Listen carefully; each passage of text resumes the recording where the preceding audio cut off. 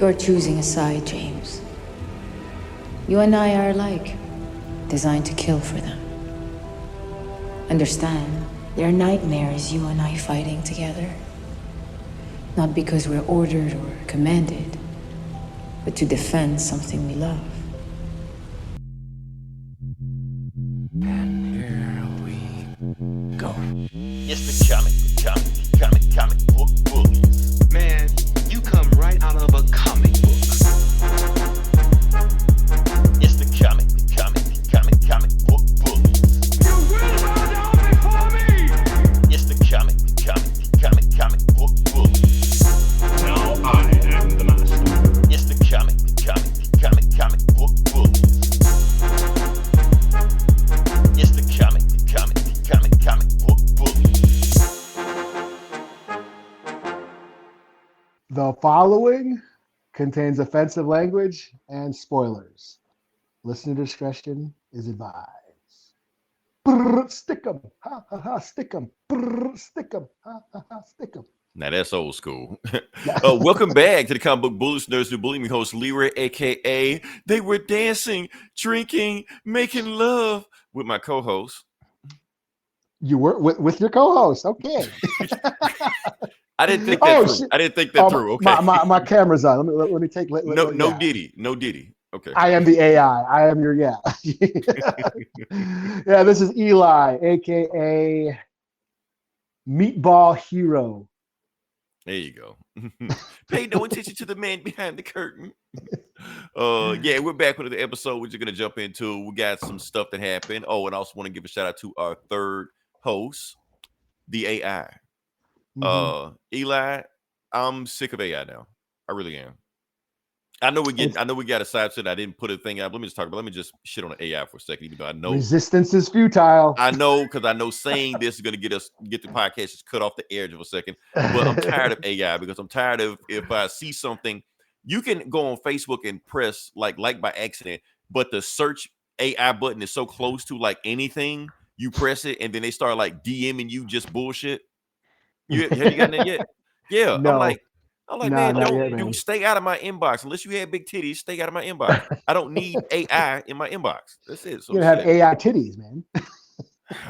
They got AI titties now. They got AI titties already. So that's the future right there. So that's what we have looking forward to. Oh, man. And then, okay, so all this rat beef going around, Eli, all this stuff like that. Like everybody's. Everybody's dissing everybody right now. That's the thing. Your mama this, your mama that, whatever like that. But the thing is, you don't know what's what because there's so much AI stuff out there. And you like, it's fake, but it sounds better than the real stuff. So I'm like, I don't know who is who. Matter of fact, the other day, Drake was dissing a guy, and he had Tupac on there dissing the guy. I'm like, the hell's going on here, man? So remember that Dave Chappelle skit where he was like in the club and Tupac was, I made a song a long time ago, 1994. It sounded like that. That's what it sounded like. So I'm like, what the hell's going on here? Anyway, fuck all that. We're moving on past that. Appreciate everybody for listening. We're going to keep going with the podcast. Want to give a shout out to everybody because this week was a holiday, Eli. So shout out to everybody that celebrated 420. High day. Yes, everybody that took did you coin that? You always coin stuff on here. Okay. I should. That's copyright, right? High day. Right. He like it's a quarter. Thank God it's high day. Yeah. Right. That's the new thing. That's the new thing right there. So yeah. So shout out to everybody that partakes in the devil's lettuce or the Mary Jane. The wacky tobacco, all those names you got right there. Like those I said, pots. those reefers. Yeah. 2 reefers, please. Yeah. Yeah. So like I said, the Comic Book Bullies, we are drug free. We don't do anything like that. But analytics says to all those that do listen to this podcast that a lot of you partake in the wacky tobacco. So appreciate y'all. That's why we give y'all a shout out. Like I said, you don't have to be high to listen to this podcast, but I guess it helps. So, it probably helps. It's probably you'll probably have a better time. Right. We're not condoning anything. We're just saying, we just put that out there. Yeah. So yeah. What's that? Half baked? Is it half baked? Have you ever done it on weed? Have you listened to Comic Bullies on weed? Now we coined that. We're good now. Yeah, but like I said, everybody, we appreciate you celebrating. Now I know, like I said, we missed the holiday, but like I said, for everybody celebrating 420, we appreciate you. You know, it's what's that right there. Now, for those that went back to work on 421, we know what your boss was doing. This. So yeah. So yeah, shout out to that. Pee in this cup. Yeah. Exactly. Everybody and you. You with the red Cough twice. Yeah. Turn your head and cough. Yeah. All right. So also Eli, I don't know who put this on Twitter. So obviously somebody was celebrating 420 a little bit too much, but somebody pointed out that 42024 is a palindrome. So yesterday was that backwards? Oh yeah, I heard about that. Yeah. Yeah. So whoever like the whole week, I think the whole week is going to be like that. Interesting. Never thought about 421, 422, 422, 423. Yeah. Okay. Yeah. I guess, so yeah, whoever thought about that, you're a genius, and you high. You smoke a little bit too much weed if you figured that shit out. I'm just saying. I'm not throwing anybody under the bus. I'm just saying. What do we got here? Who is that? I don't know who that is. What about Star Trek? What about? Is that what it says? I gotta get my glasses, man. Is that Star Twerk or Twerk? I'm pretty sure it's not that, but that's what we're going with. Thanks for listening. Yeah. So, I know why he said. Yeah, he was talking about Star Trek because of the thumbnail. You didn't see the thumbnail, Eli, but that's okay. Oh no, yeah, I'm in the dark on that. Yeah, that's okay. Everybody else will see the thumbnails. They're gonna get pissed off and they're gonna come in here and comment like, "Fuck you, you suck." You know. Anyway. What do we got here? Yeah. We're back on track now. We're back on track. So let's get back to what we're talking about. Okay, so like I said, we are here to review a movie because I saw a movie. Yes, I did. I didn't go in, and then when I say I saw a movie, I saw this movie like right before we recorded. And the movie I saw was, let me know if I click this. Breaking news. This is fresh. Hot off the press. Right off the press. Like when I say I just watched this movie, like I just watched the movie. I came home late from work. I cut the movie on, watched the movie, was a little bit late to, preparing for the podcast. But as soon as I cut that shit off, okay, skip. I hope it ain't no cutscene. Let's go to it and just start recording. So the movie I'm reviewing, because Eli didn't see it, is Rebel Moon. Let me ask you, did you ever see the first one? I did. Yeah, I watched the first one. Okay, I can't remember if you saw it or not. Honestly, it felt like, why does the movie feel like it was like 2 years ago or so shit? I don't know. Yeah, it felt a while ago. It felt like a while ago, but it was like a couple weeks ago. I don't know where the fuck it was going. It's like a month or a couple months, like during Christmas. It's around Christmas time. Was it? I thought it was before that. I thought it was this year. No, it was before Christmas. Okay. I'm pretty sure it was before Christmas. I don't know. Here's the thing. Now, like I said, when I mean I just recorded the thing, I like just recorded this thing. Because the thing about now, for some of you that can't tell, when I do movie reviews or TV reviews on here, I actually write it down first. I actually have a written review that I go over and just take notes. I don't read it verbatim or script by anything like that. I have some high notes that I hit, some outlines like that, and kind of go over those points. I didn't have time for that. You prepare. I prepare. It don't seem you're professional. Like it doesn't seem like it, but yes, I do prepare when I normally do reviews. But like I said, this was so fresh because I didn't have time. So everything I'm saying is just, it's not even really a review. It's just thoughts of what I have. Professional shit talker. Yeah, professional shit talker. That's what I do. So I'm just going at it. So like I said, we got now I do want to make a disclaimer because anytime anybody reviews of Zack Snyder movie, they have to put a disclaimer out, regardless of however you feel about it. So yes, as far as my opinion on Zack Snyder, yes, I like his movies. I know that's wrong to say. I know that shit. I know a lot of y'all just cut this shit off right now. Like, oh, he's part of the cult, the Snyder cult. Like, no, I could just like a movie and it's okay. And like I said, it's okay to like more than 300. Like I said, I watched this movie. Now, as far as Rebel Moon 1, I really didn't like that one too much. I was like, what the fuck is this? What is he doing? He's just doing some shit.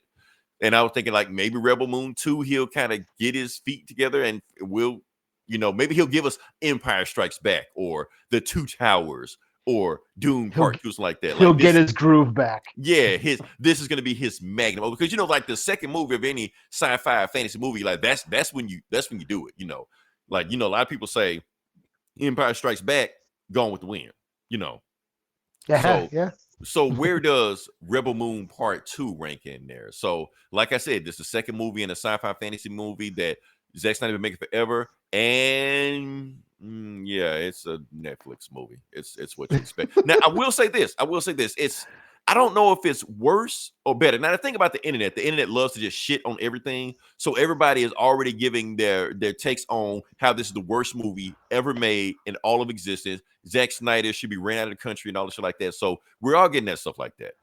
Is it that bad? No, actually, I don't think it's that bad. Is it better than the first one? I don't know, but it's different. And I'll say why it's different. Hey, Dan. Who's Live in these Dan? movies. I don't know who's Dan either. Hey, speech. Where dope fish fly. I can't read that, but that's okay. All right, so now the thing about the first movie, one thing I didn't like about it because it was too derivative. It was just like, let's just make Star Wars, but not Star Wars. But let's just rip off as much Star Wars as possible. Matter of fact, let's rip off say the guy's name Eli, because I won't screw it up because I get in trouble every time I say shit, I fuck it up. Okay. Akira Kurosawa. Thank you. Okay. I don't want to say it, but you said it. Okay.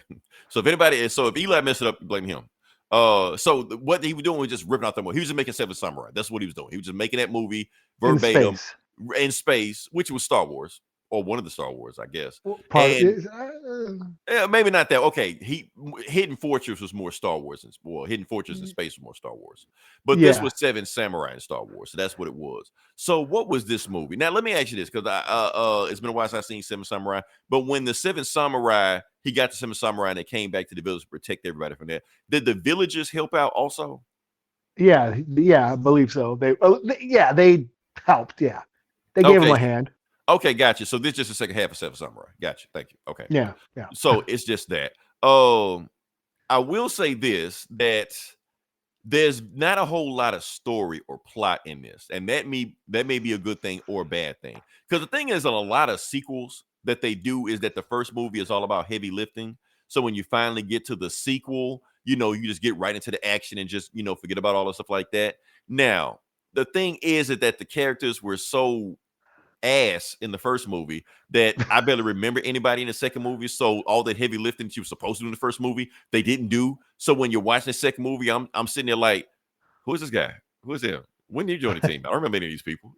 So I forgot just that quick because I can't remember when this movie came out. It was some people that stuck out, the cool people, but some of the villagers, I can't remember them. Okay, bushy guy dude, fat bushy guy dude. I remember the robot. They had a robot. They had a robot. Yeah. So you remember some people, you remember some cool ones. But the thing is, the movie wants you to like feel emotion for everybody, even though they don't set up everybody. I barely remember anybody's name in this movie. I don't remember. Wasn't there a flying horse? Wasn't there a Pegasus? Someone flying horse and shit. Yes, but they left him on the planet, so there's no flying Pegasus here. Yeah. I remember that. There was a flying Pegasus here. So yeah, so the thing is, so they got these villagers and they have these, heroic sacrifices where they do all kind of shit and they're dying. And then the cool heroes, like Jaime Hanzu and the main chick, from the Mummy movies, they're like, don't die on me. And then, he's like, the villagers like, just promise me one thing. Survive, and then blow himself up and shit like that. It's supposed to be all emotional and the music swelling, Hans Zimmer, all this shit like that. And I was like, who is that guy again? I forgot that quick. I don't know if that was in the first movie or this movie. I don't know, but they want you to care, but I kind of don't care. So it's just like that. Now, we'll say this: the first movie was all set up. This one, like once they get past the first, I say 30 minutes, the first 30 minutes where they do some lore building bullshit that you don't care about. It's not as much lore building in this movie was the last movie. So after the first 30 minutes, it's just all action. The rest of the movie, it's basically an hour and 30 minutes of just action. Snyderism. This may be the most Zack Snyder movie Zack Snyder, maybe. It's up there. Is it all slow-mo? Is it slow-mo? Yes, it is. When it didn't need to be. Why is it slow? Why are you moving slow? Like, why are these sword fights slow? Like, no, this shit supposed to be like sped up and like moving and shit. Like, no. So it's supposed to be, but I will say this, like I feel like this movie is more visually engaging than the first movie. I feel like the first movie just felt like Netflix, or was it Zack Snyder with a Netflix budget, where this actually feels like a Zack Snyder movie, even with all the slow-mo and all that bullshit like that. And it has some visual, like if you freeze frame anything in this movie, it's a poster, it's all that shit like that. But it's just like, as a movie, it still has all the same problems as the first movie because you don't care about the characters. So it's an hour and a half action scene with a bunch of people you don't give a shit about.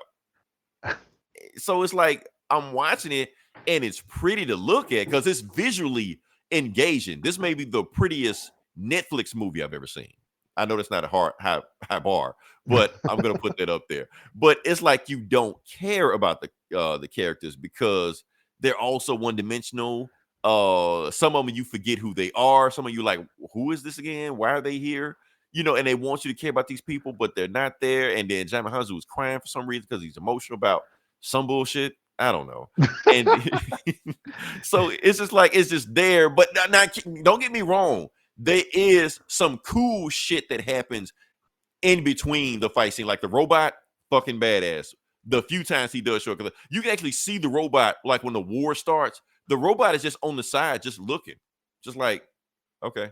And then he does some cool shit like later on. And honestly, it very much is Man of Steel-ish to me. Like, that's what I'm saying. I see point. That's saying like Steel or still. Steel, like Man of Steel. Yeah, it's and he very much wants you to be reminded of Man of Steel. As in not moving. But you take it either way you want, because honestly, he just stand on the side not doing shit, and when he does do shit, it's cool. Then he goes back to not doing shit. You're like, okay, I participated. I'm good. I got my one cool action scene of this. The lightsabers were sometimes cool. The lightsabers were cool. Oh yeah. There was that one samurai chick with the lightsabers, and she sucks. And that's she the fucked sucks? up. Yes, that's the fucked up part about it. Like she was the coolest part of the first movie, but she didn't do shit. She just looked cool. So you're thinking, okay, in the next movie, she's gonna do some cool shit. She don't. All her swords fights are in slow-mo. Like, why? Why is it in slow-mo? This shit's supposed to be like fast-paced and shit. Like, nope, it's not. So, yeah, she sucked. A bunch of folks suck. Some folks were cool. Eli, you may hate this. I hate to spoil this for you, but I'm gonna just spoil this for you. Remember that shit you always say about how the native space guy always, when everybody has guns and lasers and shit like that, he runs around with a tomahawk. Yeah, this guy does it too. There was a native space guy. There's the guy with the Pegasus. He was supposed to be a native space guy. Was he is he a native space guy? He was supposed to be.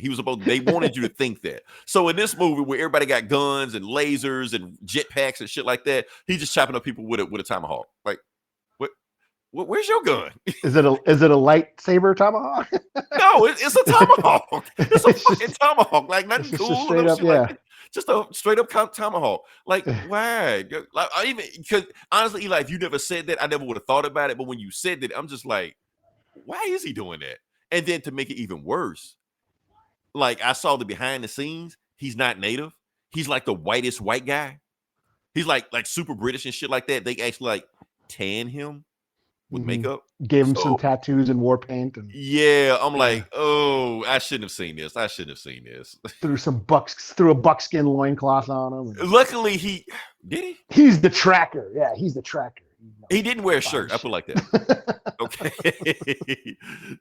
So honestly, I would have noticed that until you said it. When you said it, I'm just like, oh shit. Do I have to get the native news report this week? Okay, I would say it, but it's there. But overall, it's a movie. Honestly, here's the thing. I actually kind of enjoyed myself. I think I enjoyed this better than the last movie. Because the last movie, I was just like, because it was all set up. It was all them hopping from planet to planet to planet, meeting a bunch of random ass people that want to do it. This one was pretty much just a long ass fight scene. Now, sometimes it drags, sometimes it was slow-mo, and every now and then you're like, oh, okay, that was pretty cool. That was pretty badass. Visually, it's like Zack Snyder is back to where he was before. I feel like either Hans Zimmer or Junkie XL is back on the soundtrack. So you feel that even though, yes, it's Man of Steel-ish, it's there. It feels like it. Man, it almost feels like they were using props from Man of Steel that was left over. It is, hey, bring this shit over here. Just put this in the movie. Like it felt like that. It felt like, yeah, that's what it felt like. So honestly, it was not. People are gonna say this is the worst movie ever made and it's not working. I did not think it was a terrible movie. Say that of my taste, whatever you will. I don't care. I enjoyed myself. If they make a third one, I'll watch a third one. They did, or his director's cut. The R-rated. He already planned the director's cut. He said he was going to make a director's cut before this movie even came out. He like, don't worry, the director's cut. Look, we didn't even seen this one yet. Yeah, which is just make a fucking. That's it. Why are you making a director's cut? It's on Netflix. Okay, have you heard he wants to make a director's cut of Sucker Punch? Yeah, I heard about that. He But wants to here's the do a thing. director's cut of everything. But here's Like- the thing. There's already a director's cut of Sucker Punch.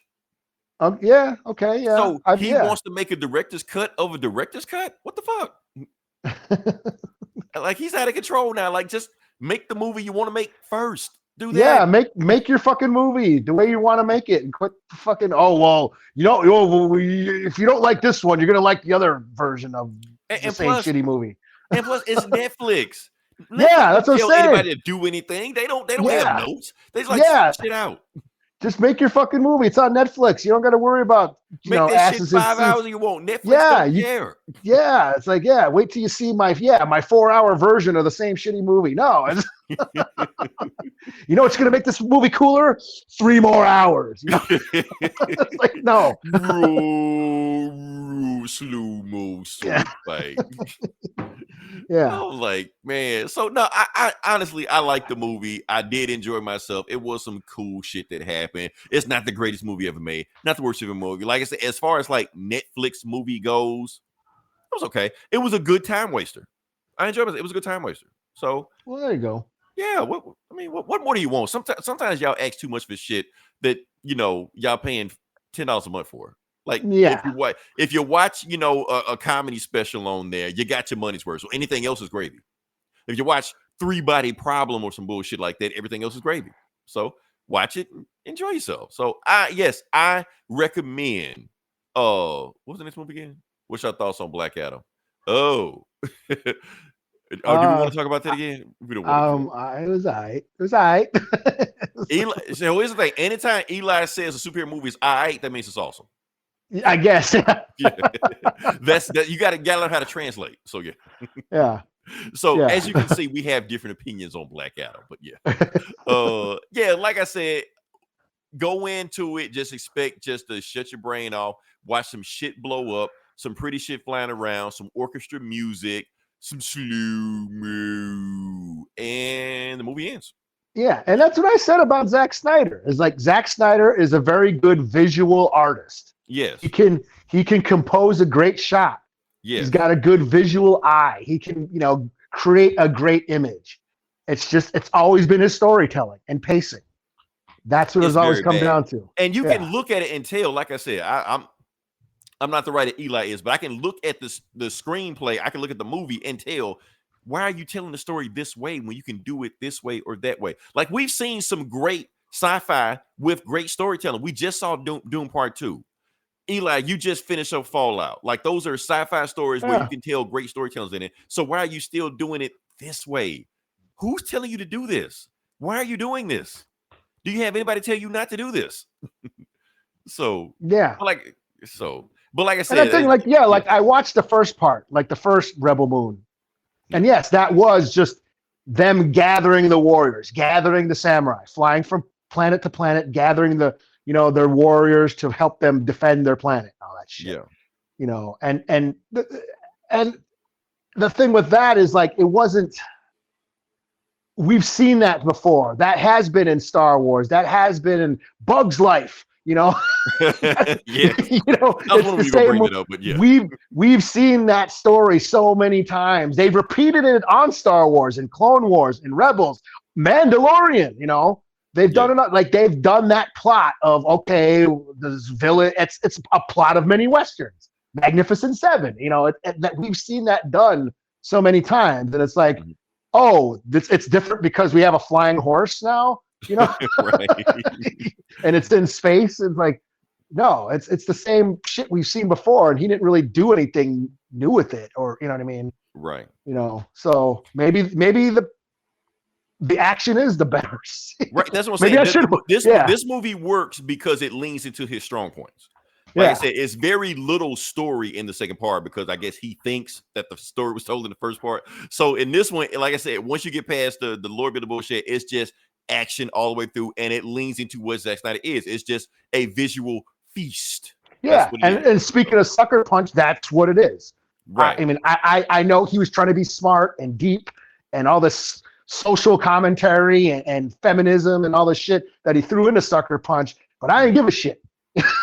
But goddamn, the dragons look cool. Those actions of the zombies in the war trenches, that was awesome video game cutscenes, but I didn't give a shit about the story. Can I say another controversial opinion so everybody can just completely ignore everything I say past this? Sucker Punch might be my favorite movie of his. Okay. Yeah, I disagree with that, but okay. No, everybody disagrees with that. Everybody does. Your opinion is exactly what everybody else says. Just time I say that, there's like, okay, we're not gonna listen to anything else you gotta say. I said, I would love to do a breakdown review of Sucker Punch, but I'm not gonna do that. We're just gonna. I gotta say, probably Dawn of the Dead is still, and Zack Snyder. James Gunn wrote that. James Gunn wrote that script of Dawn of the Dead. Yeah. So it's like, yeah, for me, it's like whenever James or Zack Snyder has some help with the script, I think he does like 300. Yeah. Yes, Mike Driver. That's the thing. So his Snyder Cut is my favorite movie of his. My second favorite is Sucker Punch. So yeah. Like I said, nobody else is gonna agree with me with that one. I'm in an island by myself with that one. That's okay. I'm drinking the Kool-Aid. I'm part of the cult. All hail Zack Snyder. Okay, so can we go past that? No comment.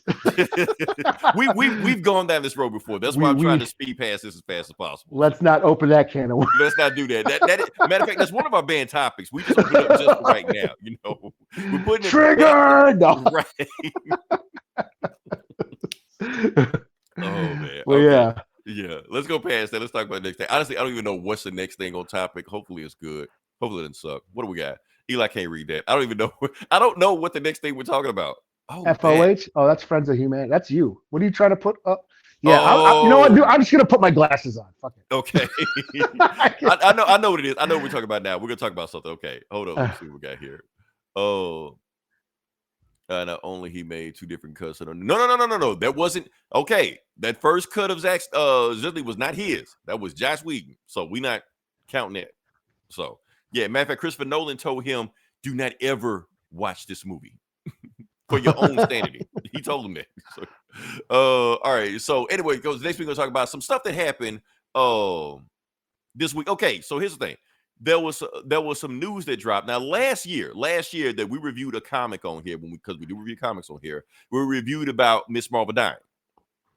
Okay, now, we had a whole bunch of things about it, and I appreciate Marvel for doing this dumbass story because Eli is one of our highest viewed videos on our channel. So I appreciate Marvel. Every time you fuck up, we get engagement. So thank you. But the reason I'm talking about this, because like I said, we talked about it last year, but this week we got confirmation that why they killed Miss Marvel in that comic. And Amazing Spider-Man 26, like not even a big, like they didn't do the 25 was a big thing. They didn't Amazing Spider-Man 26, and they finally admitted why they did it. Because one of the writers, Cody Ziegler, is writing Miles Morales, went on a podcast and went on there and said he knows who did it. So it came from the top. It came from the top to kill Miss Marvel. So who put the hit out on Miss Marvel? Boom. Kevin Feige. No shit. It came from the top. See, we suspected that, we thought that, but we never got confirmation that happened. So She-Hulk was right. She-Hulk was right. Kevin. She-Hulk was right. Yeah, Kevin is over everything. But see, that's the thing. Like I said, but what the thing is, we know Kevin Feige controls everything in the movies and the TV shows like that, and we knew he controlled anything in the comics, but we didn't know his reach to comics. Like I said, basically what Cody Ziegler said that Kevin Feige requests that the comic writers who wrote it, Zeb Wells wrote it, so he requested Zeb Wells kill Miss Marvel and resurrect her and bring her back as a mutant. Now, here's the thing. When Kevin Feige makes a request, it's not really a request. You know how your boss says, yeah, I'd like you to stay after work for 5 minutes. He's not asking you. So that's what that was. They coming in hot. What we got? Beetle. I don't know. Don't come with the BS. Yeah. All right. So that's the thing. So that honestly, Eli, this should scare us. It should scare you. It should scare me. It should scare the listeners. It should scare anybody listening to this right now. Because the thing is, now that we have confirmation that the movie studios have direct control over the comics and control anything in the comics they want to, just to have synergy with the movies. Why should they care what happened in the comics? Let the comics be the comics. Because when you do shit like this, like when you just kill off Miss Marvel in an Amazing Spider-Man comic, Eli, do you remember this main? The main storyline. Not that. That's what we're gonna talk about. Do you remember the main storyline they were talking about in Miss Marvel? How not Miss Marvel, Amazing Spider-Man, where Spider-Man like blew up a city, and they would find out what happened and why the Fantastic Four mad at him. Yeah, and all. They dropped that story because they had to do this Miss Marvel bullshit. Yeah, like Mary Jane had a kid with some other asshole, and yeah. So because Kevin Feige requested you do this shit, they had to completely drop a storyline they was working on for like 2 years. So that means that the studio heads can do anything they want to just like that and fuck up a storyline that's going on in comics. Like I said, that shit should scare us when they just come in down and do shit like that. And like I said, it's not the first time we do this. Like I said, we got Black Nick Fury. We got we had the Marvel. Well, they had the Marvels coming out, and Ms. Marvel was going to be in that. So Ms. Marvel's going to be in there. Let's do some Ms. Marvel buzz and shit. You had the Inhumans all over the place and shit. You know, you had, they pushed the hell out that shit for a while because it came from the top. YouTube live. Oh well, thank you very much, Mike. Thanks for listening. Oh, thanks. Okay, I'm glad you can read that. You got your glasses on? I got my glasses on. Awesome. Okay, thank you. We're old. Shit. Yeah. So that's all I got to say like that. Like I said, it should scare us. I don't know what else is going to come down the pipeline, but we should really be concerned about that as comic fans, not just Marvel fans or movie fans like that, as comic fans, that they get from the top. Yeah. Yeah, but then we're always talking like, back when the MCU was ruling. Mm-hmm. Everyone loved the MCU. They could do no wrong. Everything they touched was gold. And like, yeah, but then the comics were suffering. Mm-hmm. You go like, oh, the Avengers movie is awesome. But then you go pick up an Avengers comic and Jane Foster's Thor. Riri's Iron Man. You know what I mean? Fucking Amadeus Cho is the Hulk. Totally like, awesome Hulk. Right? Yeah, like the all new, all different Marvel shit. And like, what the fuck is this? So I don't know. It's cool when they're. I mean, but then you got DC who does just straight up movie tie-ins or video game tie-ins, like Kill the Justice League, the Suicide Squad, Kill the Justice League comic is just a straight up tie-in to the video game, and right. But it's in like an alternate universe. Whatever. Yeah, it's not in the main continuity. That like speaking of Black Adam, they released Black Adam comics that were like based on the movie and looked like The Rock and all that shit. Yeah, nobody read that shit, but no one reads it. The Injustice comics and shit, which actually are. Oh no, those are awesome. Those are awesome. Yeah. Yeah. Well, yeah. We highly recommend those Injustice comics if you haven't read them. So yeah. Yeah. Tom Taylor. Yeah, Tom. But yeah, it is cool. Like when the comics sort of, at least resemble what's going on in the movie. I agree, but not when it's shoehorned. Yeah, I mean, we all knew, killing Miss Marvel was just a publicity stunt and bringing her back. We knew she was coming back, and she is now. And we knew it was all bullshit. That was the thing with that. We knew it was just all, it was shoehorned, and it was just to boost sales and all that crap, so yeah. Yeah, and the funny thing is, like, this news got so big that people that had no idea we were talking about the comics, they was like, and they didn't see the Marvels. They're like, good, I'm glad they killed their ass in that movie. Like, no, that didn't happen. That's the word we. She's actually the coolest thing about that. Yeah, that's awesome in that movie. Hold on, what do we think about Gotham by Gaslight? Is that what they say right there? Gotham by Gaslight. Gotham by Gaslight. Yeah, awesome comic, so movie. Yeah, Yeah, the cartoon. I didn't see the cartoon yet. They changed up some stuff, like the main killer. They changed that up, so yeah. But it's cool. It's on HBO Max or Max, whatever you want to call it. DC's Elseworld. Well, I mean, you got to specify because that's a whole. Yeah. Well, the Black Label comics, the Black Label comics are basically Elseworld comics, but not all of them, because some of those Black Label comics are referenced in the comics. Like, what was that, Mr. Terrific? I think his shit was like referenced in regular DC.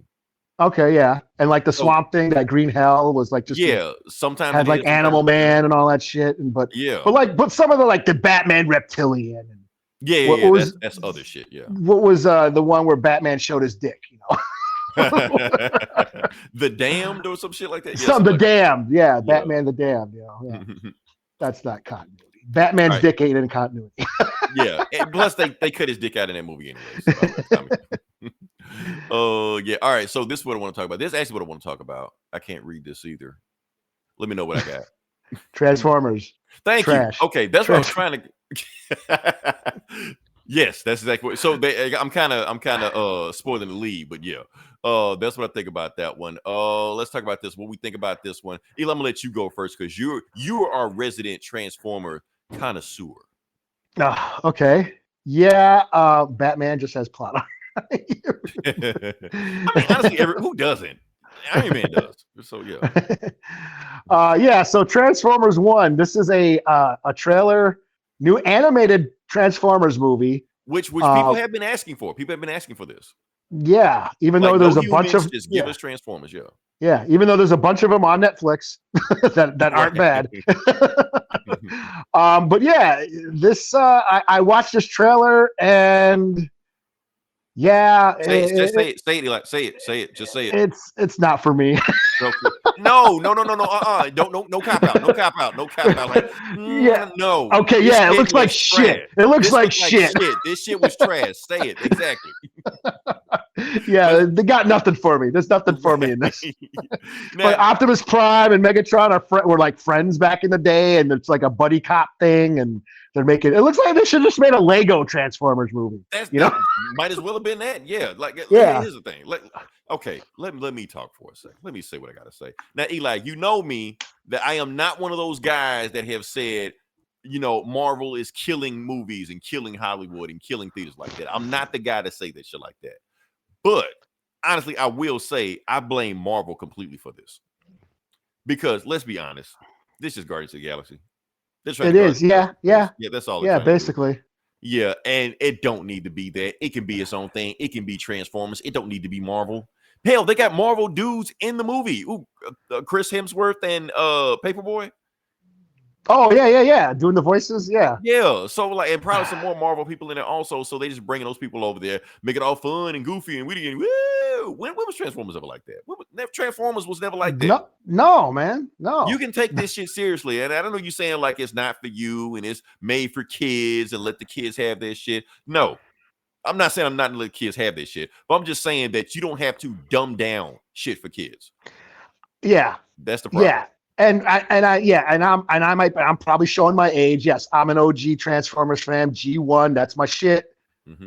And what sucks right now is the Transformers comic, Daniel Warren Johnson's comic that he's doing for Image. Mm-hmm. The whole Energon universe is fucking dope and goes hard and brutal. And yeah, I get it. They're not gonna, but fuck it, they killed Optimus Prime back in '86. Yeah, and that movie was hard as fuck. Yeah, yeah. That shit traumatized me as a kid. Like, what the fuck? Everybody died in that fucking movie. We were kids, man. It was the '80s. It was the '80s, man. We rolled hard in the '80s. And we turned out okay. Sure. Yeah, okay. Here we are in our 40s, still talking about Transformers. Right. Don't take our word for it, but yeah, I mean, like coming off the heels of the Energon universe, the Image Energon universe going on in the comics, where Starscream is like ripping people apart and squashing motherfuckers, and then to have some fluffy shit like this, man. Like, who is this for? Nobody's gonna watch this shit. No kids are gonna watch this shit. Because here's the thing: kids can tell when shit is shit. Yeah. So when you show them this shit, they can be like, "What the fuck is this? I don't want to see this." Even if they don't know what Transformers is, so you got to show them cool shit. Don't just try to dumb down shit for them. No, make this shit. Give them the '87 shit. And these kids too soft. It really will fuck them up. Yeah, watching Transformers get their arms ripped off and shit. So yeah. Yeah, I mean that's the thing is that when you remake stuff or try to update stuff, reboot stuff from like the '80s or some shit, changing it up, like you got to know who the audience is for, you got to please the OG fans while introducing it to new fans. And like, what do you try to do? Like, okay, if this is, let's say it's going to be for kids, you're trying to get kids into Transformers, it's not like how the Transformers are. Yeah, Megatron, like maybe there was a story. I'm not that deep in the comic lore. Maybe Gomer knows. They said there was a thing where they were best friends or whatever. Like thousands of years ago and all that shit. And now it's more, it's more emotional, like they used to be friends. I don't give a shit about that. No, And Megatron even and if they Prime. were, you don't have to do this dumb shit they're doing. Yeah, we don't have to see when they were all like buddy and skipping merrily down the lane, and then hundreds of years later they're trying to kill each other. Thank you for listening, Eli. He said we don't suck. Appreciate. Oh well, thank you very much. Thank you. We try not to. Yeah. So it's like you have to please both, the fans, because the parents of the kids are going to take them to see that. Right. They're going to want to see this. The kids are not going to want to see this shit. They're not. Yeah. And the parents are going to be bored out of their mind because the parents are just going to have to drag their kids to go see this shit. They don't want to see it. And so you're just going to have a flop on the hand, probably just wait till Paramount Plus to watch this shit. And you're like, I guess it was okay. But yeah, come on, man. Y'all can do better than this. Y'all could have gave us the shit we wanted. We've been asking for like a real Transformer movie with no humans. Just give us Transformer lore, and you gave us this bullshit. So y'all can have this. Realize making other franchises raise the guard because of how cool it's been doing. No. We don't hate Kevin Feige. We love Kevin Feige. Sometimes. Yeah, but I'm just saying for him to stick his nose in the comics, like stick to what you're doing. Go with the movies, do the movie shit, do the TV shit, leave the comics to the comics guy. Yeah. Let Silver Surfer be a woman in the movies. Leave him alone. Okay, let's back. Okay, next topic. This topic. Trigger. We already got in trouble for that shit last time, so you already think we gonna say it, but yeah. Oh, okay, Eli, it's up to you. It's on you now. What's up to me? It's on you. We're gonna talk about it. Oh, Star Wars Outlaws. We're in the video game section. Yeah, we're in the video game section right now. We're gonna talk about this video game. Yeah. So Star Wars Outlaws, it's that new like sort of open world Star Wars game where you're like a bounty hunter or a smuggler and you're going around doing dirt in the galaxy. Kind of basically like GTA only in Star Wars, I guess. It seems what it looks like. Sounds like a cool concept. Okay. Yeah. Until I found out that they have a Jabba the Hutt mission where Jabba the Hutt hires you to do some shit. But here's the thing is it's a DLC or you have to beat the game first to get it. Bullshit. Okay. All right. And I'm like, man, what the fuck? Like, why? Why would you? And that's my thing with video games these days. Why do you gotta wait till shit gets fun? Like, I ain't got 2 weeks to wait for the video game to be fun to play. You know, just give me the game. Yeah. Like in Suicide Squad Kill Just like why isn't Deathstroke here? Why isn't Peacemaker here? Why is Joker coming? Like, why? So you can pay out the ass for them. That's why. Yeah, I ain't got time for that shit. Nor do I want to. I mean, the games are already $60, $70, $80. You know what I mean? I don't feel like forking over. Like, damn, like just why ain't Jabba the Hutt in the regular for the limited edition gold season pass? Fuck all that. Yeah, it's like just give me Jabba the Hutt. Like, yeah, that should be in the main game. You know what I'm saying? Battlefront and. Okay, which Battlefront though? Which Battlefront? You talking about like the new Battlefront? Or you talking about like the old school 2000 Battlefront? Because there's distinction. Yeah. When EA took it over or whatever, there's the EA one. Yeah. And then I think the other company, I don't think they even exist anymore. I think EA bought them and fired everybody. Just threw them out the building. But I think this game was supposed. Yeah. Was this supposed to be the 13-13 game or whatever? I think so. I think that's because it may have been, but okay. Oh, yeah. Yes, that's the best one. Yeah. Yeah. But yeah, that's my thing. It's like, I mean, if you're gonna make a game based on like the criminal underworld of the Star Wars universe, Jabba the Hutt should be in it, and not as like a bonus level. No, he should be in it. Give me all like Boba Fett, Cad Bane, Boss, all the bounty hunters. You know what I'm saying? Give me all that shit. You shouldn't have to like buy to pay or buy extra content to have what should be in that story. You know what I mean? Because they know you want it. That's why they're not going to give it to you. Yeah, and that sucks. Free. I mean, not for the $70 you already paid. Yeah. So looks like I'll just be watching cutscenes of that now. Okay. Now, Eli, you ready to get in trouble again? Sure. Because here's the thing, like you're saying, you're not liking this game, you're having issue with the game, you already said why you're not buying the game. But the thing is, like I said, because this is the internet, that is not the number one reason why the internet is against this game. Do you know why the internet is against this game? Oh, because it's a check. Is that not why? Just because it's a check. That's one reason, but that's not the only reason. Oh, because she's not a white chick. Is she? I don't know what the fuck she is. Oh, but that's Was not it either. woke or some shit or some It is woke, but here's the thing: it's woke because, boom, because they're saying she ugly as shit. That's why. That's why. Have you heard about any of this? No, man. What internet fucking wormholes are you going down to hear all this shit? I know, man. I keep going down there, man. I keep trying not to go down there, but it keeps sucking me in. I can't get away from it. This is the first I'm hearing of any of this shit. Really? This has been the whole I'm trying to think. Rogue, all this goes back to Rogue's ass. It all ties back to Rogue's ass. Rogue from X-Men. I thought Rogue from X-Men. It's all connected, Eli. The dots all connect. I know it's not like a theory, but let me connect it for a second. Let me see. Let me see. I bet. What the red Call of Duty franchise? Yeah. I don't play Call of Duty. I stay away from those games. Yeah, I suck at shooters. So yeah, I don't play shooters at all. I don't. So now let me get back to how all this connects. Okay, like I said, because she ugly as shit on this game. Like you that's the model on the right. What she looks like. Beautiful, beautiful girl, and that's what she looks like on the left. You're like, the fuck, Gollum, Smeagol?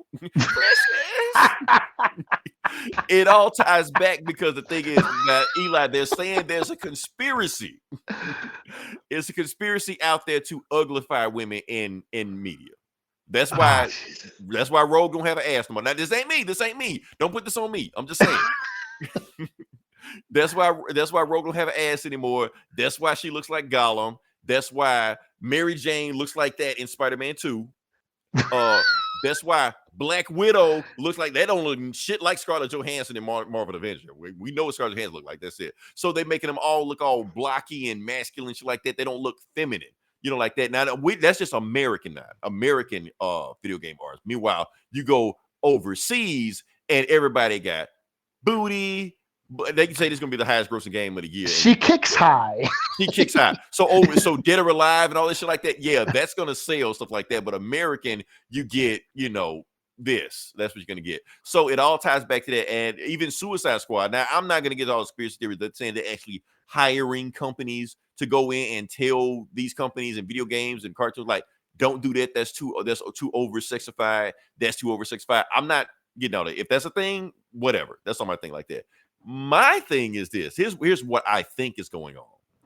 I think American video game artists just don't know how to draw sexy women.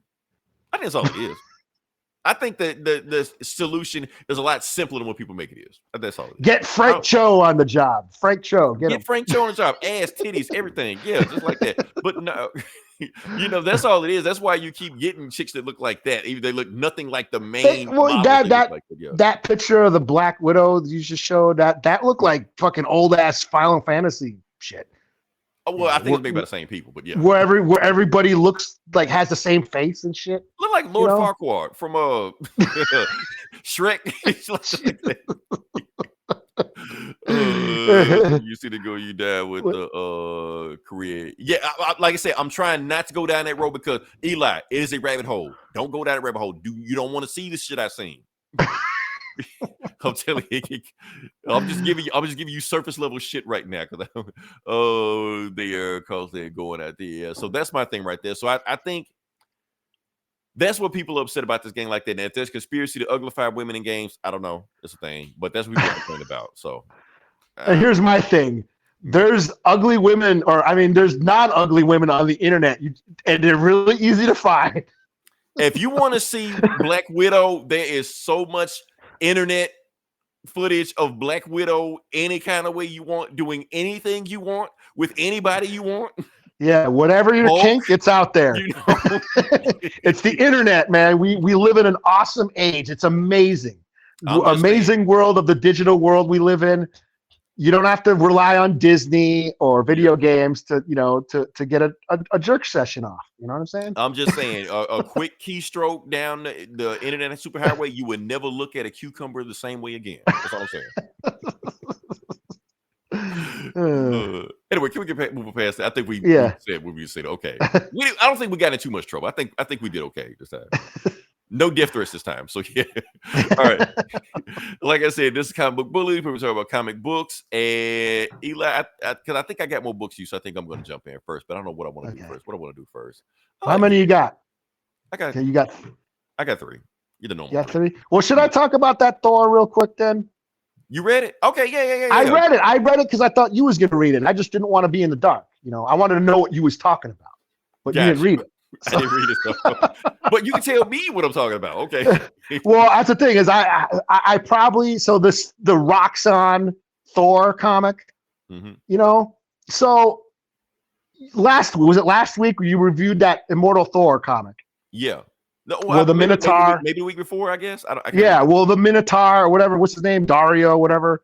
The Minotaur guy from Roxxon, the CEO of Roxxon. Yeah. Yeah. He's the CEO of Roxxon, and he basically he was going to rewrite Thor's story and wrote a comic book. He bought Marvel. Yeah. He bought Marvel, and he's going to rewrite Thor's story in a comic book. Mm-hmm. So this is the comic that he wrote. This is what it is. And it's just a total parody. It's a total parody of Thor. And kind of like about making a social commentary on corporate takeover and how the media, corporations using the media to manipulate the public's thinking, like Kevin Feige making Ms. Marvel die. Right. So the Minotaur is Kevin Feige. Okay, yeah. Basically, so it's layered with all this like satire and parody and shit. So it's Thor, like Asgard. So Thor, it starts out like Thor's talking to Odin, and Odin's like, you're a god. You should be on Earth, Earthguard or whatever. As a guy, you should be treated like a god. You got to look like, cut your hair. So he like makes Thor get like a nice, sexy, male model, fucking hairdo. He's all got short hair, like clean shaven. So. Yeah, no, he's all clean shaven, like no beard. He looks like Justin Bieber. Like, okay. Yeah, he's all like, college boy douchebag, male porn star cute. You know what I'm saying? And he's like, you should be a god. You'd be treated like a. He's driving these nice cars, and it's all, there's all this like odds to product placement, and kind of talking about how when we do the movie rights and all this shit, and anyways, Roxxon's like, there's people protesting Roxxon, and they're like, hey, this must be why don't the people like our company? That must be this must be magic Loki's doing. We got to go, stop this Loki magic because he's making the people not like our company. They don't like capitalism. Why? Right. So that's basically what they do. They like, go against Loki to like influence the protesters and shit, But there was one scene in this that really like stuck out for me. And at one point in the story, it switches to the actual Immortal Thor comic, where Thor is reading the comic. Okay, so Thor is reading the Roxxon Thor comic. Yeah, okay. And it's almost like the fourth wall breaking. Gotcha. Breaking the fourth wall. Like the last issue when Executioner kicked him out of the comic. Yeah, something like that. I didn't read. That's the thing is, I didn't read that, so I'm but yeah, Thor's like reading the comic, the actual comic, and he's like, "This isn't how I am. This is all lies. This isn't how I am. Mm-hmm. This is all a bunch of BS and shit." And the Minotaur is like, well, the thing is with, when if a company like takes itself too seriously, then they get mocked. People like end up disliking the company. But if a company makes fun of themselves, they're in on the joke and they have more free reign and they can control the narrative.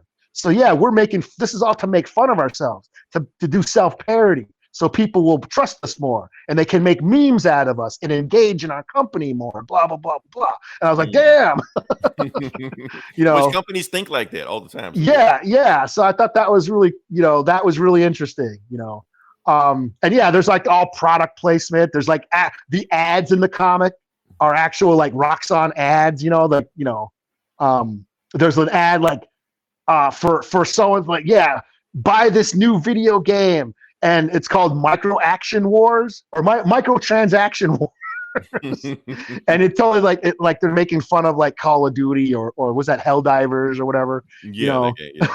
It's like, so yeah, it was a lot of like satire and parody of like, media and corporate control of the media and, selling just selling to the populace, manipulate the public's thinking into buying into their shit, which I thought was pretty cool and fun.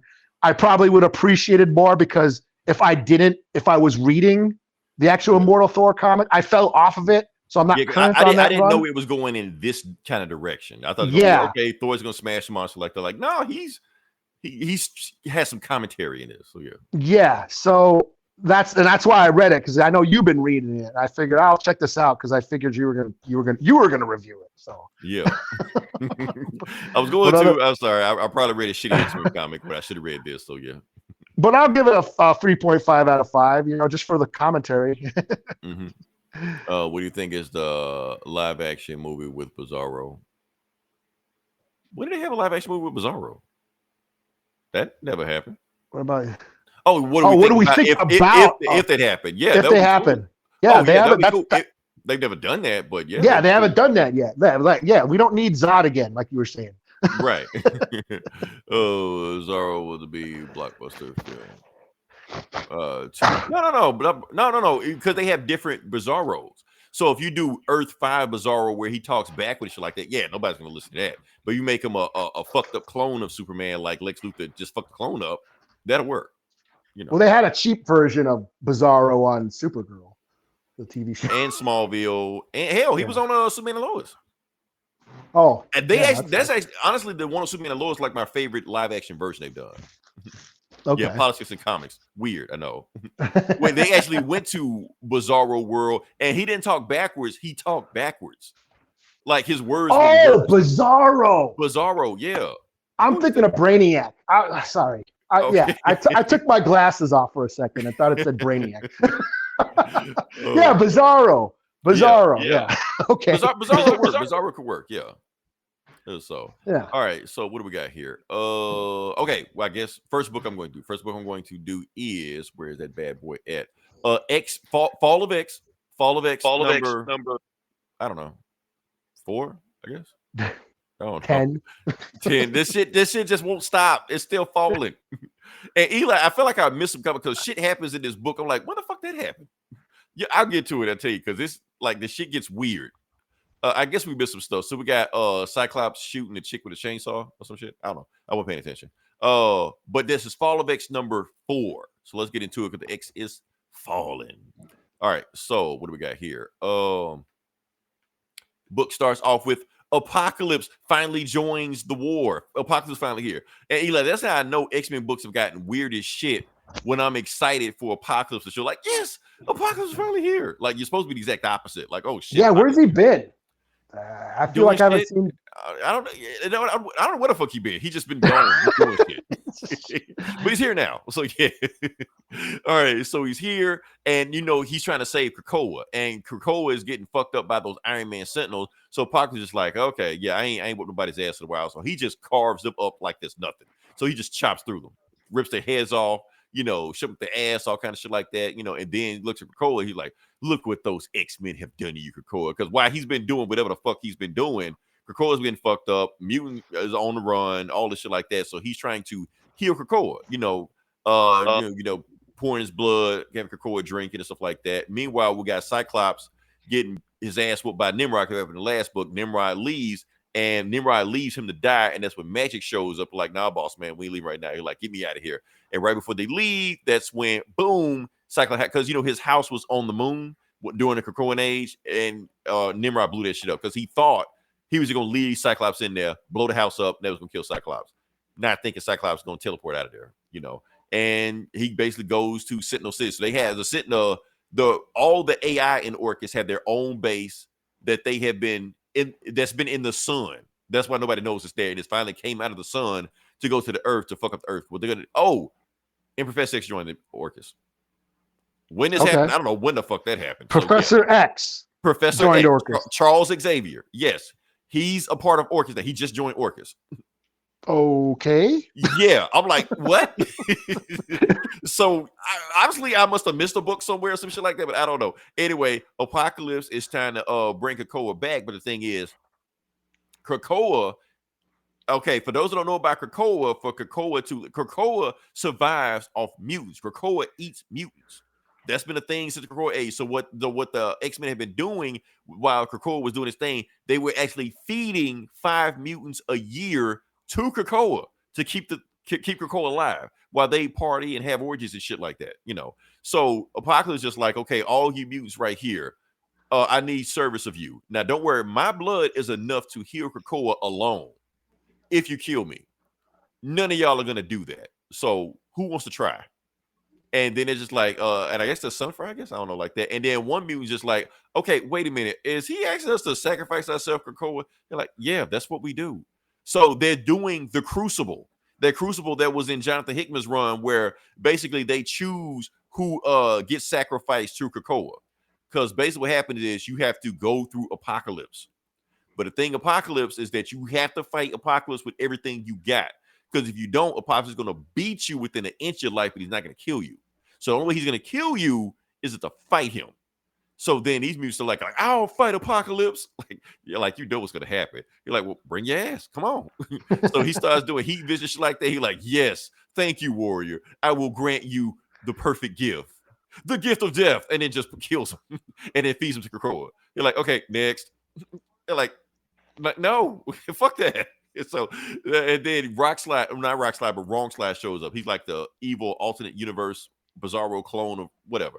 He shows up and basically says, look, I got enough blood in me that you don't have to sacrifice anybody else. So if one of us die in combat, that'll be enough to cure Krakoa. And Apocalypse is like, I see you, warrior. I see you, like, face me. And then he's like, okay, let's go. And then they fight. So, and then they rush in, shaboom. And so you got the X-Men. So the X-Men are basically planning what their next attack is going to be. We need to find out. And they know Sentinel City is coming to Earth, and they need to find a way to get there before it comes to Earth, because it's going to kill every human on the planet. And that's when they get activated. Oh shit, the red triangle just activated. So it's not Phil Jackson for Chicago Bulls. The red triangle is when somebody tries to psychically attack them. And they're like, there's only one mutant powerful enough to attack all of them at once. Professor X. And that's when Cyclops feel like, oh shit, he did it, didn't he? He joined Orcus. Cyclops already knows what he did. He's like, let me go talk to him. So then they psychic plane, like they imagine the school and shit like that. He's like, Charles, what the fuck did you do? He's like, I cut a deal for him. He's like, look, and basically the reason he did it because he realizes that he knows that the Orcus is really ran by the robots, by the AI and shit like that. So he cut a deal with him. He like, look, how about this? How about y'all just kill the humans? Give us Krakoa. We'll leave you the fuck alone. We're just going to have our orgy island off at the side, and we won't bother you. And you can do whatever the fuck you want to with the humans. And Cyclops like, no, we can't do that. You sacrificing, you picking and choosing who lives and who dies. You don't get to make that decision. You get to make that decision for us. And he was like, well, so be it. And that's when I think NASA sent their own spaceship out to intercept that city. Like, we're gonna stop them before they get there. And before they get there, Professor X controls everybody on the NASA spaceship. And then he pushes the self-destruct button on the NASA spaceship. Boom, they die. Professor X just killed a bunch of NASA soldiers or astronauts, whatever the fuck like that. And it's like, what the fuck? Okay, he's going fucking crazy. Okay, anyway, Manifold, we're going to plan. Fuck all this shit. We're going to attack Sentinel City right now, and then we're going to deal with Charles. And basically, he sends Emma off the ship. He's like, Emma, you got to leave, because if we fail this mission, you're the only person that can stand up to Charles. So, and she leaves. And Manifold's like, okay, don't worry about that. I got a way to take care of Sentinel City. So what he does, back to Apocalypse. And Rockslide only still alive is because Apocalypse been playing with him. He's like, yeah, you kind of remind me of myself when I was younger. That's why I hadn't killed you yet. But all right, let me take you seriously. So then he finds kill him, and he actually like rips him in half or some shit, feeds to Krakoa, and that's it. So Krakoa has enough energy to survive. Meanwhile, back in Sentinel City is about to shoot the rays of the sun into Earth to kill every human on there. And that's when Manifold teleports the sword base directly into Sentinel City to fuck him up. And basically, Apocalypse like ripped Rockslide in half. Yeah, that's kind of cool. That is pretty cool. Yeah, and basically feeds Rockslide to Krakoa, and that's enough to resurrect Krakoa. Meanwhile, so the X-Men have teleported directly to Sentinel City, trying to fuck up the robots. But these are like the head robots that one of them can fuck up all the X-Men. And they're fighting all like Nimrod, Omega Sentinel, all the Morius around here somewhere. And they're fighting this like, it don't matter. All you did is just save yourself a little precious time, maybe days at the most. We're still going to kill every human. And Nimrod just like having fun, just beating the shit out of everybody. Like, y'all really can't do shit to me. Yeah. And then that's when, yeah, they just fucked up all the X-Men. X-Men are dead. Oh, and then that's like, okay, so we're here. Something's going on right now. There's a thunderstorm in space headed towards us. So like, how the fuck is a thunderstorm in space? Take a wild guess. So even though all the X-Men just got fucked up, there's one left. Storm flying through space headed to Sentinel City. How the fuck is she flying through space? Because her powers can create an atmosphere around her or some shit. So okay. So yeah. she's not in hell no more. No. Yeah, she's not, because Magneto's back saving Iron Man. She's out of hell, flying through space. How the fuck she doing this shit? And she's about to fuck up, and she's headed towards them, even though they just fucked up all the X-Men. She's about to fight Nimrod and Omega Sentinel by herself. To be continued. Okay, I don't know how the fuck that's gonna happen, but okay. That's what I'm loving about this run, because they making Storm so fucking OP. Every time she does her shit, she does some more OP shit. So it's like, what can you do past that? Like, I don't know. Let's see what we got. And apparently waiting around for what is that new? I guess I don't know. Yeah. So like I said, crazy shit. Am X I still frozen? falling. Am I frozen? Hello. No, you're there. I see you. You're there. I get you. I got you. Yeah, you're good. Yeah. So like I said, yeah. You Okay. There we go. Yeah. So I think the next book is the last book. I think that's the end. The X will finally fall next issue. It was about time, because I don't know what else you can do after that. I don't know how they're gonna beat Nimrod, because Nimrod, like literally in the future kills all the X-Men. Okay, that's a long explanation. We got with Charles in the wheelchair. I don't really feel like going into that right now. He hadn't been in a wheelchair in like 5 years. He could just walk. That's been a thing. The wheelchair. He's forgot about the wheelchair like a while ago.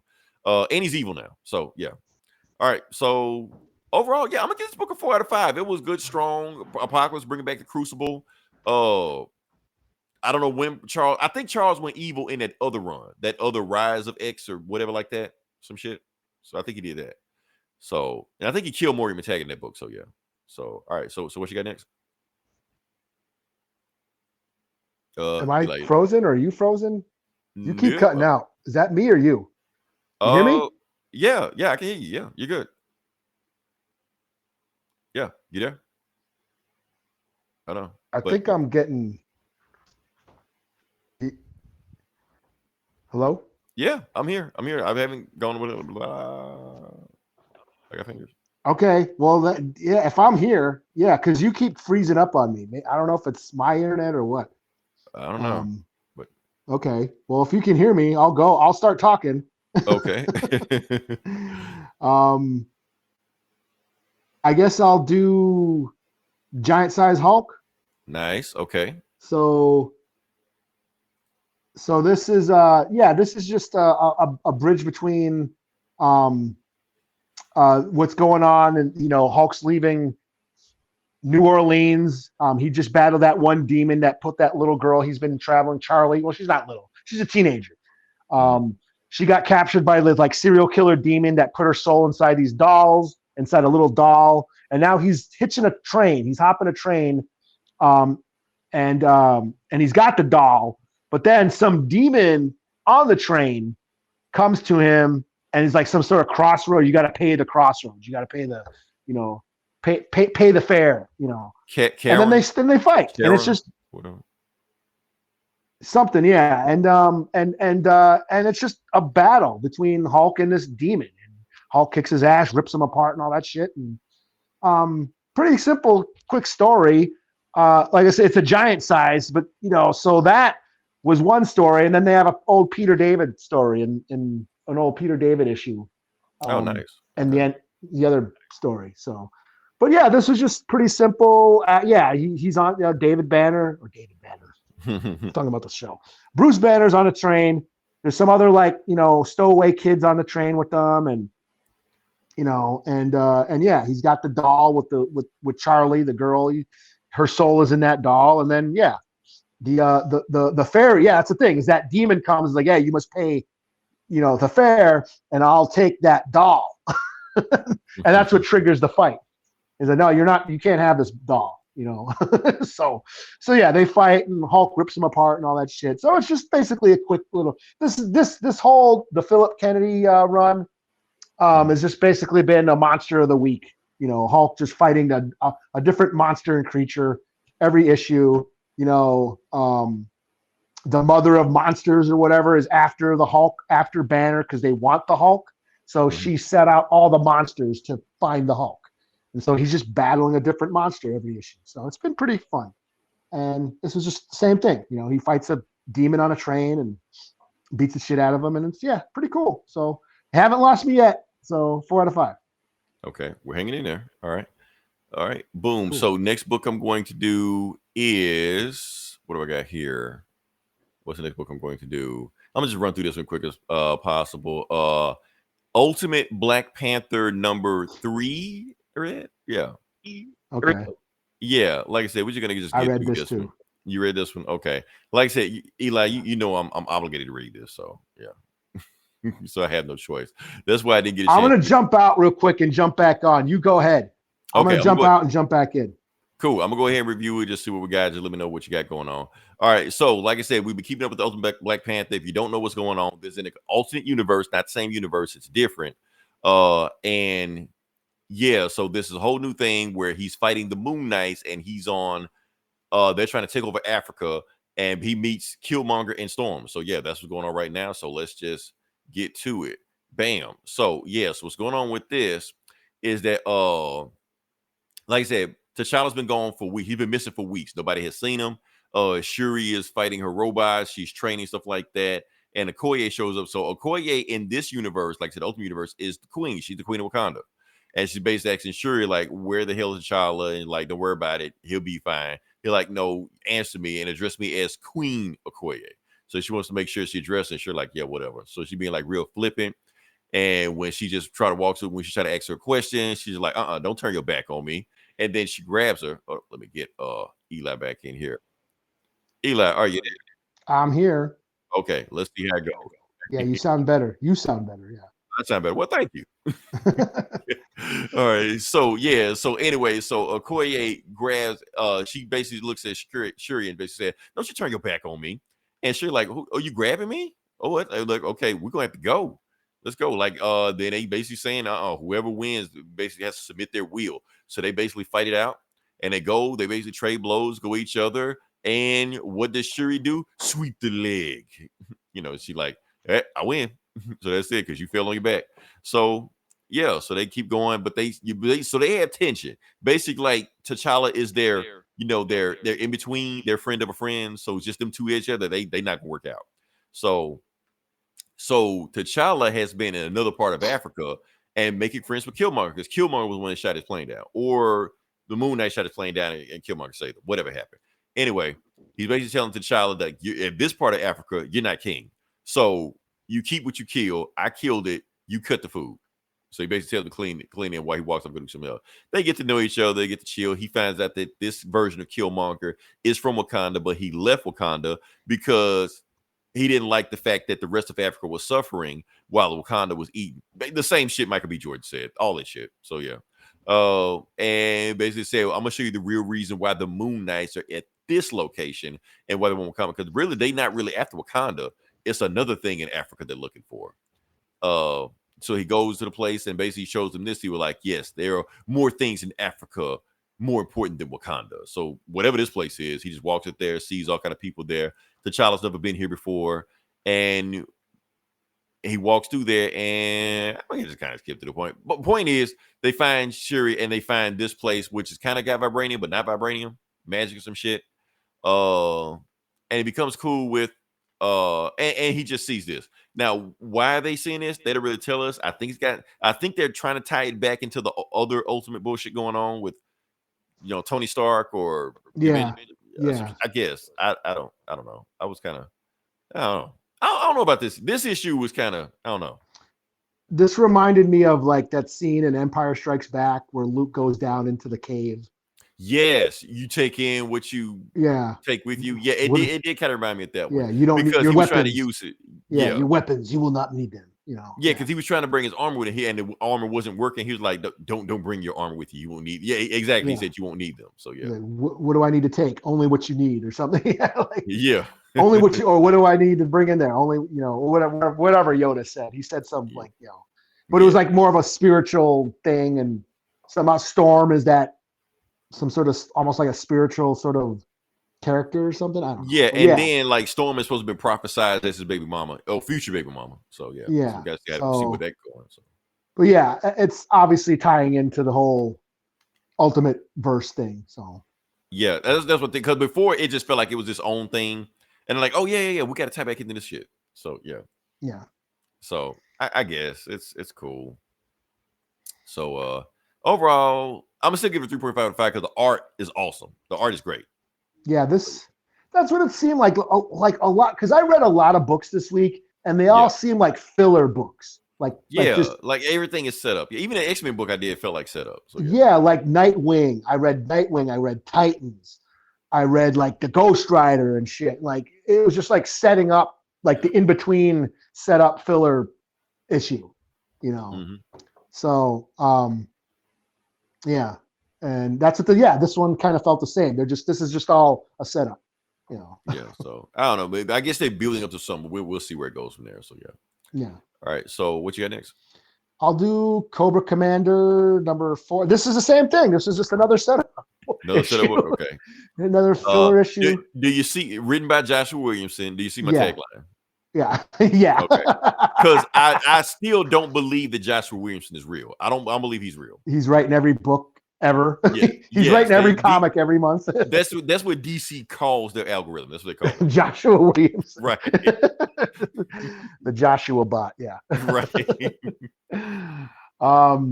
So yeah, this is Cobra Commander number 4. This is that Energon universe, the whole Image universe where Transformers is crossing over with G.I. Joe. The Transformers book is awesome. I have not read Void Rivals yet. But then there's the Duke book, which Joshua Williams is writing that too. Right. And then there's this Cobra Commander book that Joshua Williams is writing. So they have uncovered in the Duke book. Yeah, Duke is basically, he witnessed, a jet plane turning into a robot. No one believes him. He went AWOL. That's what's going on. In this book, Cobra Commander has left Cobra La, which is a very deep, reference to the old cartoon, the old underground city where all the Cobra mutant people come from. And that's where Cobra Commander is supposedly from. And this guy here, Nemesis, he's from there too. So he leaves that underground world to come to Earth to basically rule the world. And he's looking for this source of energy, this different source of energy to help develop weapons. So that's what he's been doing in this series. He's looking for this alternate source of energy. He's run into the Dreadnoks and Zartan in the swamps. And the last couple issues, he's been basically fighting them. He finds a scientist who's been working on that energy. And basically it turns out that it is Energon, the same source of energy that the Transformers have, that turns Transformers into Transformers. Okay. And he actually takes like some of that energy and puts it into some electronics, like a cell phone or whatever. And the cell phone like turns into like robot bugs and shit, So he's like, oh, okay, cool. Oh, I'm going to make weapons with this shit. Meanwhile, Nemesis, this dude with the wings, one of these mutant people from Cobra La coming, and they're like, hey, we've been, the Dreadnoks have been, developing the energy too, and they got a buyer and blah, blah, blah, blah, blah. So like, well, fuck Cobra Commander. We don't need him. Let's go. But then Cobra Commander's like, nah, man, that's my energy. I'm here to rule the earth, and that's my stuff, and I'm going to make weapons. So it basically turns into a fight between Cobra Commander and Nemesis, the guy with the wings. Cobra Commander ends up using that a piece of the Energon what did he have? Like one of that robot bugs, and he uses it and turns it into a laser on his hand. Like gives himself like a transformer laser arm. Oh shit! Okay. And ends up shooting Nemesis, taking him out. And then he goes to the Dreadnoks. He's like, "Yo, that's my form of energy. I'm gonna use it to make weapons. Where's your buyer?" And he's like, "We're meeting with them. He's part of this company, Mars Industries, Destro." They're back again. So that's who Destro is, Mars Industries. So, yeah. So they've been teasing Destro. We kind of knew Destro was in the background, but they finally sort of teased him at the end. So again, this is just filler. Like nothing really major happened other than reveal that Destro or just confirm that Destro is going to be here. And I think there's only one more issue left. So I don't know. Okay, right. It's just like a mini series. Yeah. But I mean, other than that, this has been it's been fun. This isn't as cool as the Transformers book or Duke, but it's been fun. Like I said, they're making these old school references to the cartoon and shit. Yeah. So but it's more building this current storyline. So yeah, 3.5 out of 5. Yeah, I'll give it a 3.5 out of 5. This is fun. Comments on my thing, but great to listen to you guys. Have the algorithm reward you ever. Yeah. Hey, it brought you here. So obviously the algorithm is working. So and check out This Geeks and Comics. They're also like friends of ours who talk basically about the same shit. Yeah, if you scroll down us, you'll see them pop up also. So definitely check them out. They talk about the same shit we talk about. So yeah. Next book I'm going to do. Last book I'm going to do is Superman. Also written by Josh Williams. Is this the book of the week? Is it? You know what? Actually, I'll say it. I'll say for me. Now you may have read something because that Roxanne book did sound pretty cool, but for me, I'm gonna say this is book of the week. Okay. Yeah. Yeah. So you might have a different opinion, but I'm gonna say that for you. Also, I did notice that Action Comics and Superman, they both had the same left-right cover. So Action Comics was on the right side of this, and this is on the left side of it. Okay. So it's so you can put them together and shit. Yeah, you put them together shit. Yeah. For collectors, that's how they get you. That's how they get you. You gotta catch them all. So like I said, the last book, this is the House of Brainiac storyline, part 2. Brainiac kidnapped his whole family, and he's got Lobos with him, so he's going to get Lobo to help him out. So this is a Superman Lobo team up book. So yeah, let's go to it. See, one more thing I gotta do. Superman Action Comics, no Superman. Can't see shit. Let's see. Oh, here we go. Right there. Boom. Okay. There you go. So let's get to it. All right. So the book starts off in Coast City. And what's going on in Coast City? Lobo's there in Coast City. Won't start a bar fight. Just beating up people. Just because he's bored.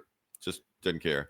Fucking up people, smashing shit, wants to drink for free, and all you hear is Lobo. Like, what the fuck calling my name like that?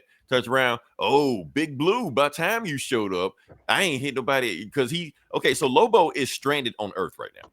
A matter of fact, every alien that's on Earth right now is stranded on Earth. That's another storyline for actually has happened in Green Lantern comics. So Superman is like, we got to talk. And Lobo's like, I'm not here to talk. I'm going to whoop some ass. I ain't beat nobody's ass in like a week. So, and you're strong enough. You can take it. Let's go, Soups. So he throws some shit at him. Superman breaks it. He gets ready to punch him. Superman just grabs him instantly and heat visions his face off. And Lobo is down for the count just like that. So this big bad fight between Lobo and Superman they usually have, it's just done. And Lobo like, what the hell did you just do? You burned my face off. You're like, I'm impressed. Because normally Superman doesn't go that hard at Lobo. He holds back. He realized that Superman's not holding back right now. He's like, Lobo, I ain't got time for this shit. Let's go. And he just smacks the shit out of him, just blast. He was like, Lobo, look, we gotta talk. Where's Brainiac? He's like, how the fuck would I know where Brainiac's at? No, where the frag would I know where Brainiac is at? Yeah. He's off that in space. Bastards. Yeah. I don't know where that bastard is at. So we go to Brainiac doing evil shit to evil people. He's got Livewire tied up. He's torturing Livewire. Shocking Livewire. I don't know what word. He's like, okay, bring me another one. He's basically looking at all the other people, and he's looking at Kara. He's like, Kara's like, leave her alone. I'll beat your ass, Brainiac. You're like, I'm sure you will. But until then, you will do my bidding. Just talking all kind of bullshit. Evil laugh, walk through there, basically telling everybody the process, and yeah, basically gloating. And basically he says what he's doing right now because Car's just like, Brainiac, aren't you like, what are you doing right now? Why are you kidnapping people? Ain't your whole thing that you want to know everything? And Breck is saying, I already know everything. While y'all were doing all the bullshit y'all were doing, I was traveling the multiverse. I know everything that is, was, and will be. Everything that you might be a thing of, I already know what you're going to be. So that shit bored me. So now what I'm trying to do is collect things of other Brainiacs so I can pass it to them. And that's when so apparently Brainiac is sick. And basically the super twin looking like, when have you ever been sick before? And who helps him out?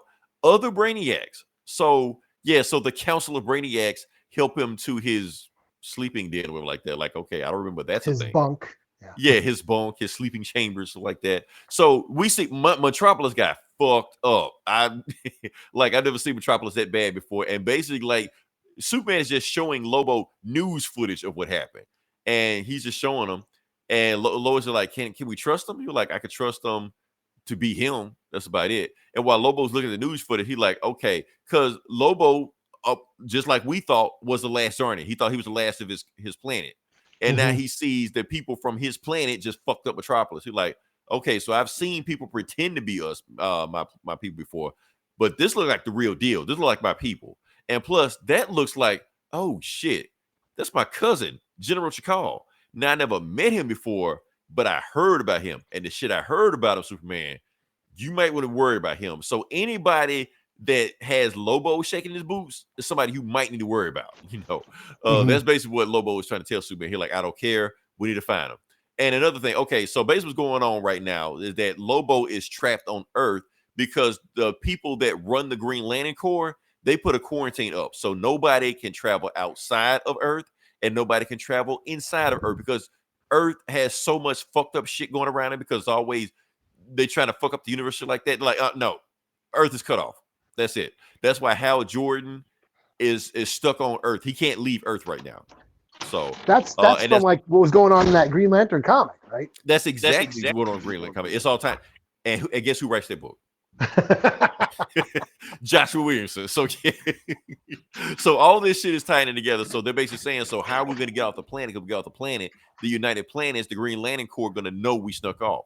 And that's when Supercorp shows up. Like, actually, we have a way to get you off the planet. They're going to basically do some stealth shit to Lobo's bike to get him off the planet. And Superman like, okay, it's cool, but what about me? Well, don't worry, Superman. We got a way around you too. So that's when you get Lobo back in his bike and Superman with his own bike. Yeah, like, why does Superman need a bike? Yeah, like Superman needs a super bike. Okay, that's a new thing. So toys sold separately. So they're gonna sell that shit. So I did like this panel though. I thought that was pretty cool. It reminded me, like, what was that? What was that damn movie? The Dennis Hopper movie back in the 70s. Easy Rider. Easy Rider. That's reminded me of Easy Rider right there. Yeah. And they basically just sneak past the Green Lantern Corps because they're invisible. They've been cloaked. The Supercorp cloaked them. They're like, I guess your space nerds are pretty good, so we just snuck past them and that's it. And they left the solar system. So they're going because basically Brainiac thinks he knows where to find Brainiac. And while they're bonding. They're bonding while they're flying. They've always been at each other's throats and always fighting each other like that. But now they can just sit back and talk. And because Lobo was acting like Superman, like, why were you so fucking angry? Why were you pissed back there? I've never seen you that pissed before. You're like, you've seen me pissed off before. Like, no, never like that before. That you look like you was at my throat before. So what's got you pissed off? Like, you've never been that pissed before. And basically Superman's just telling him, look, like my dad told me, like Paul Kent told me that when you yell at somebody, they don't remember what you said. They just remember that you yelled. He was like, and he like, you believe that? He was like, sometimes. Well, that's what Lobo would tell him, like, okay, yeah, that's cool and all that. But sometimes you got to let motherfuckers know. Because if you let that shit bottle up in you the whole time, you're going to explode. And I think Lobo may be implying, maybe this just me reading to it. I think that explains all that multiverse injustice and Zack Snyder shit. Because when Superman finally loses shit, he just takes over the planet. Yeah. So like sometimes you gotta let shit go. Sometimes, man, you just gotta let it blow. So then, and that's when they realize, we got to start. Like, oh shit, did the Green Lantern Corps catch us? Like, nope.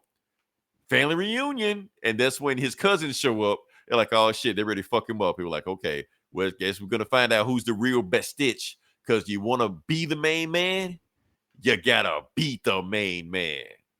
And then that's when Brainiac. Okay, yeah. See that's what's gonna keep it from me being that's what's keeping this from being book of the week for me. So, What, the Brainiac bullshit? no, the fact that they cut away from the fight. Yeah, because that's what you want to see. They gotta Yeah, I was like, oh shit, right. and then man.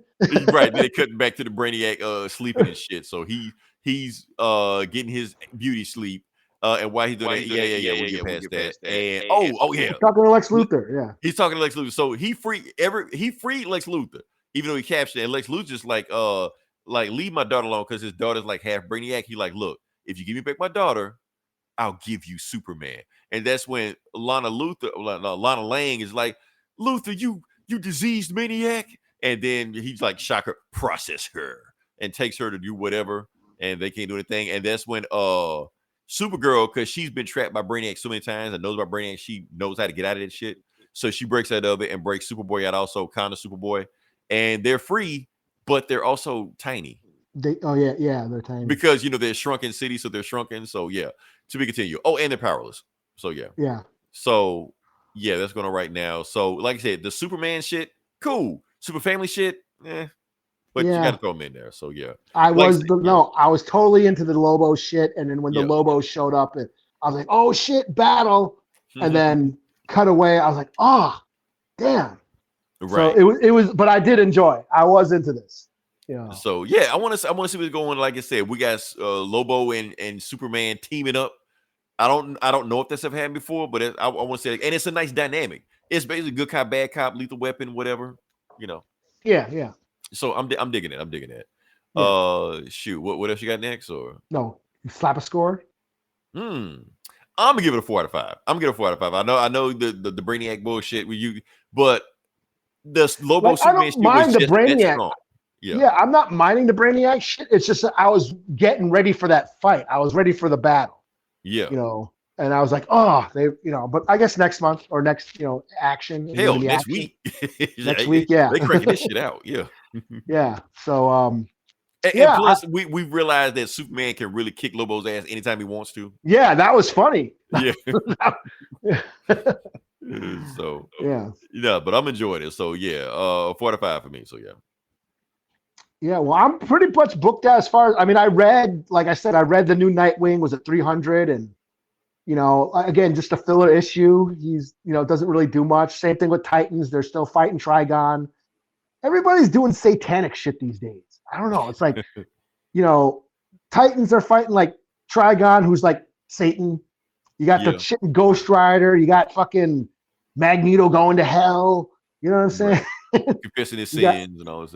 Yeah, you got all this shit going on. Hulk, same thing. Hulk's fighting all these demons and shit. So it's like, I don't know. But and then the Ghost Rider that with the Hood, who I'm not too familiar with. The Hood, they brought him back. Yeah, the Final Vengeance and shit. Oh, he's trying to get like Johnny Blaze's, spirit of vengeance from him and shit. Marvel's still trying to make the Hood a thing. Okay. Yeah, it was all right. Like I say, it was all filler stuff. The Titans, same thing. They're still fighting Trigon, filler shit.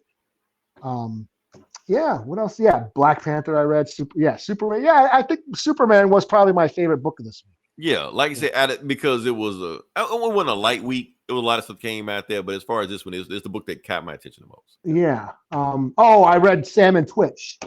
I've been reading that Sam and Twitch book. Is that a new thing? I know it's Spawn, but is that it's like a new it's like a new like spin-off from Spawn's. It's Sam and Twitch. Obviously, after some murders are going on, but even that, it was number 2, and that was kind of filler. Not much happened in that either. So, but the first issue was really good. So, yeah, kind of like a lot of stuff came out this week, but not a lot happened in any of them. Right, that's the thing. Yeah, everything's set up for next week, I guess. So yeah. Yeah. So, like I said, I don't know who's still listening to us. I appreciate you because we got a bunch. Eli, we got a bunch of listeners. Yeah, I saw that. Yeah, here's the thing. Like, I know you hate this format, but the algorithm is pushing this format because they kind of I'm giving y'all a tip. Anybody else out there that's YouTube stuff like that, even though we don't know shit, but this format, YouTube is pushing this out more than other people, to the forefront. So that's why we're getting the hits we're getting. I didn't notice that and realize. I started digging the numbers and found out. But like I said, if you listen this long, definitely like, share, subscribe. Also listen to This Geeks and Comics. They're gonna review the same shit we did, talk about the same stuff we did, but differently. You know, they go in a little bit in depth. They're going way more in depth than G.I. Joe and Transformers than we do. So yeah. And they got other stuff like food news and yeah, they talk about other stuff. Same shit we talk about, only differently. I think they reviewed Fallout or something. This did today. they? Okay, I'll listen to them. I'm gonna stay away because Goma like sports shit. So yeah. And like I said, we'll come back with next week. We'll come up with something else. I don't know what happens next week. We just gonna go from there. I guess y'all really wanted to hear what we had to say about Rebel Moon that much. I guess I don't know. Until then, this is Leroy. This is Eli. We'll talk to you guys next week. Same bullet time, same bullet channel. Yo, Kanye, blow the hook. You a genius, boy.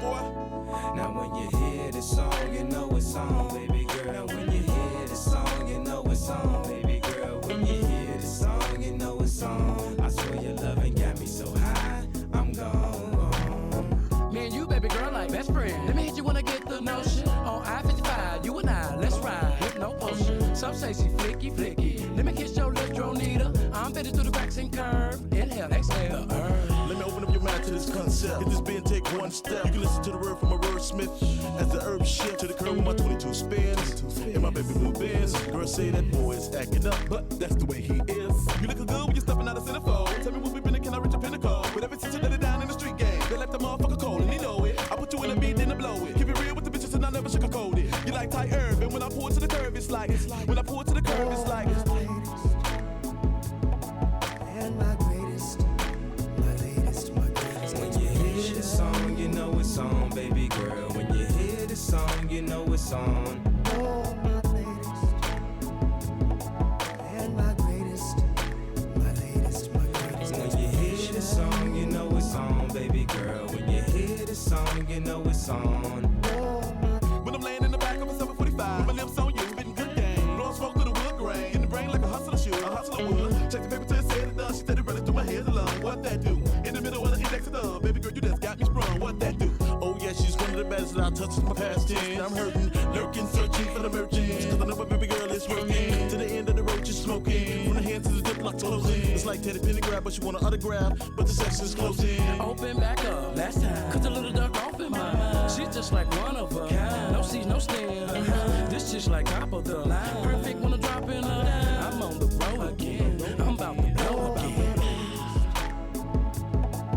And my greatest. When you hear this song, you know it's on, baby girl. When you hear this song, you know it's on. I need to take another puff, cause your love got me high enough. No, no, no, no, no, no. No, no, no, no, no, no, no. I need to take another puff, cause your love got me high enough. No, no, no, no, no, no. No, no, no, no, no, no, no. Baby girl, I can't pretend. Your love got me high on 10. We mix like juice and gin. Do it that we at it again. No, no, no, no, no, no. No, no, no, no, no, no, no. Whether you ride with the six or the fin, shout out to my niggas in the pen. Tatted up with a few dead friends. Do it that we at it again. No, no, no, no, no, no, no, no, no, no, no, no, no, no, no.